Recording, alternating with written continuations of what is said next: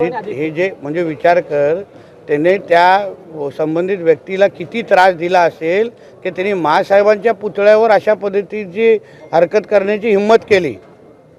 म्हणून बोलतो ना, हे उद्धव ठाकरे आणि आदित्य ठाकरे त्यांचा मुलगा हे दोन्ही C420 आहेत.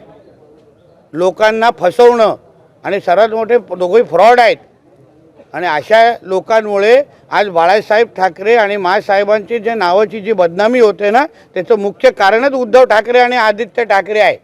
त्याला पहिलं 420च्या फ्रॉड केसमध्ये उद्धव ठाकरे आदित्य ठाकरेला अटक करा पहिलं, अशी मागणी मी पहिलं सरकारकडे जाऊन करणार आहे.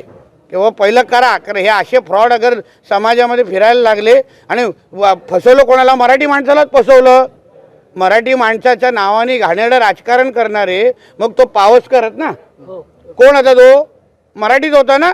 कधी पत्राचारच्या लोकांना संपवायचं, कधी त्या शिवडी आजूबाजूच्या मॉल तिकडच्या लोकांच्या जागा लुटायच्या. आता ह्या पावसकर नावाच्या मराठी माणसाचं घर का लुटलं?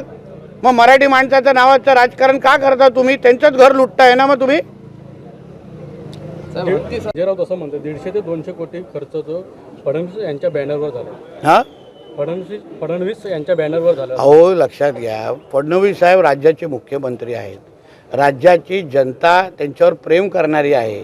म्हणून अशा कोणीही अगर आमच्या फडणवीस साहेबांचे बॅनर राज्यभर लावले असतील तर ह्याला हिरवी मिरची लागायची कारणच नाही ना. मला कारणच नाही. ह्याचे पहिले ह्याचा जो मालक होता तो पण पहिला फडणवीस साहेबांचेच फोटो लावायचा स्वतःबरोबर. 2014 ते 19 मध्ये फडणवीस साहेबांबरोबर फोटो लावायचा ना. सामनामध्ये पण फडणवीस साहेबांचेच फोटो यायचे. मग आता कशाला मिरची लागते? फडणवीस साहेबांच्या एवढे लाखोनी चाहते आहेत, करोडोनी चाहते आहेत. कोणी अगर त्यांचा होर्डिंग बॅनर लावला असेल ते पण महाराजांना फुल टाकतं ना. म्हणजे काय संजय राऊत राजाराम राऊतला मोहम्मद अली जिल्ह्याला फुल टाकताना उद्धव ठाकरेचा फोटो लावायचा होता का? कारण ते मोहम्मद अली जिन्नावाले झालेले आहेत ते. म्हणून त्याच्यामध्ये काय चुकीचं नाही असं वाटतं मला.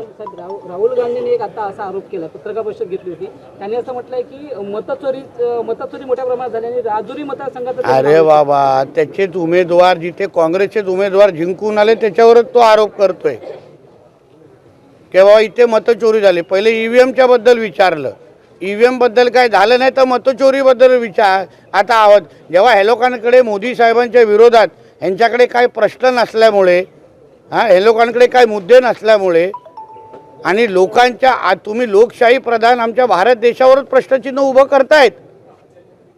मग अर्बन नक्षल आणि ह्यांच्यामध्ये फरक काय?